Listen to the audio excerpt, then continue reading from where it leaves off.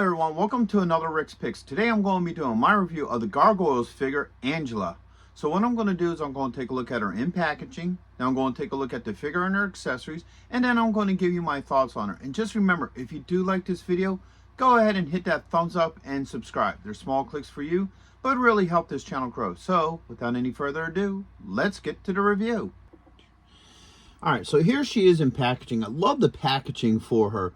I like this artwork. It looks really nice. Gargoyles, her name, the ultimate action figure. Alright, pop her open. On this side, you have a picture of the figure. Alright, and then on this side, whoops, you have the actual figure with all her accessories. Alright, close that up. Turn her around. You get that nice piece of art right here of the actual figure, Gargoyles, NECA. All right, spin it around this way. You get a couple different pictures of the figure, a little bit about her, Gargoyles, and then you got the other figures that are part of this line. All right, you got another picture of the figure. This side she has the more mellow face, opposed to the other side that she had her angry face. Gargoyles, NECA.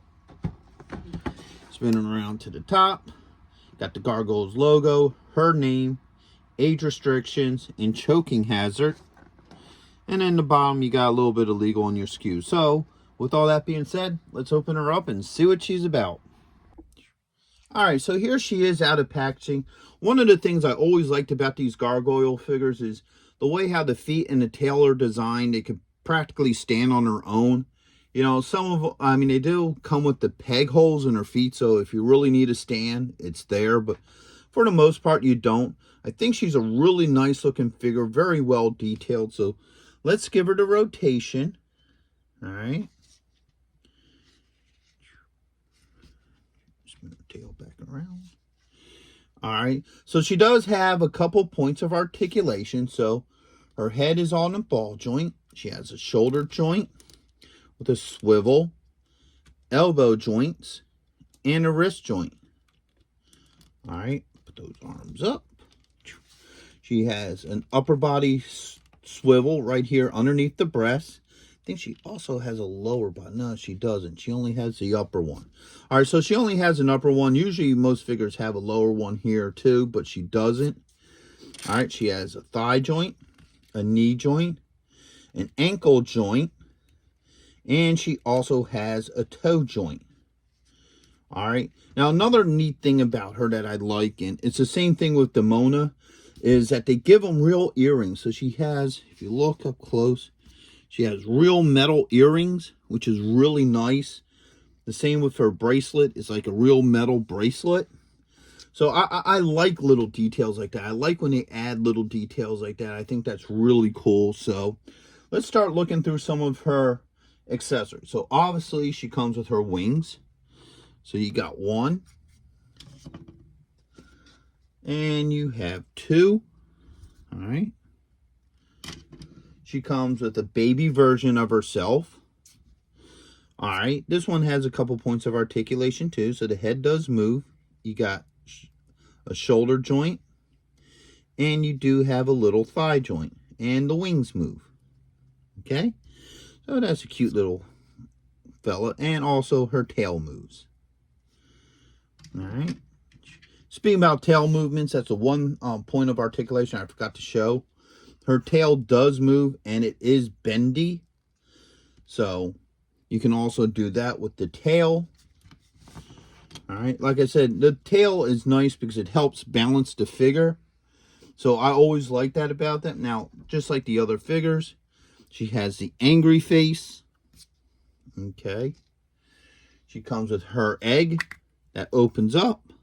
So you can put a little baby in here. Make it look like, you know, she just hatched out. I don't think it'll actually close over her. No. The baby's too big. Maybe if you played with it a little bit, it may be able to fit in there. Yeah. Like I said, you can have the baby just sit there like that, but it won't close over. It's too big. Which is no issue. You can still get a cute scene out of that. Alright. And last but not least, she comes with 4 hands. So she comes with this hand. All right. This hand. And 2 closed fists. So you got this closed fist. And you have this closed fist. All right, now that we went through our points of articulation and stuff, let's start looking at how all these accessories fit on her. So first off, let's start with the wings. All right, she has, oops. All right, we're going to take her whole head off first. So she has 2 holes here for the wings. All right. One wing is in. And now the other wing. All right. So with the wings, they just fold down like this, and then they move back and forth. All right. Seeing how her head decided to come off, let's switch up the faces. So let's put let's put her head back on. Now, normally it's better that the head came off anyway, just because of the factor that it makes it a lot easier to put the wings on because of how her hair is. So what it is there's just 2 pegs that just slides right in there. Now, here's an issue with this figure, and I think I had it with the same issue with a couple other figures with the longer hair, is that when you got the wings on, they now kind of look down because the hair, you know, doesn't want to sit right. So you have to really maneuver that hair to get her head up in a up position because it wants to interfere with the wings. I guess when they designed it without the wings. So, you know, when you put the wings on, you know, it makes it a little bit more difficult to get the head up in an upright position, because at this point, that's as far up as the head's going to go. So you can't really have her looking like really back or anything because the wings and the hair interfere with each other. All right. So that is something that's a little bit of a concern, but it's not a major issue for me. It might be that way for other collectors. So let's look at her alternate hands now. So let's pop this hand off. There it goes. And we'll put an open hand here. All right. So that popped on really nice. No problems with it. All right. Now let's put one of our closed fists on this hand. All right. Move that piece of jewelry back. All right. That one came off pretty easily. Oops, wrong hand. All right. There we go. Yeah, like I said, I think Brooklyn, I had the same issue with the hair and the tail.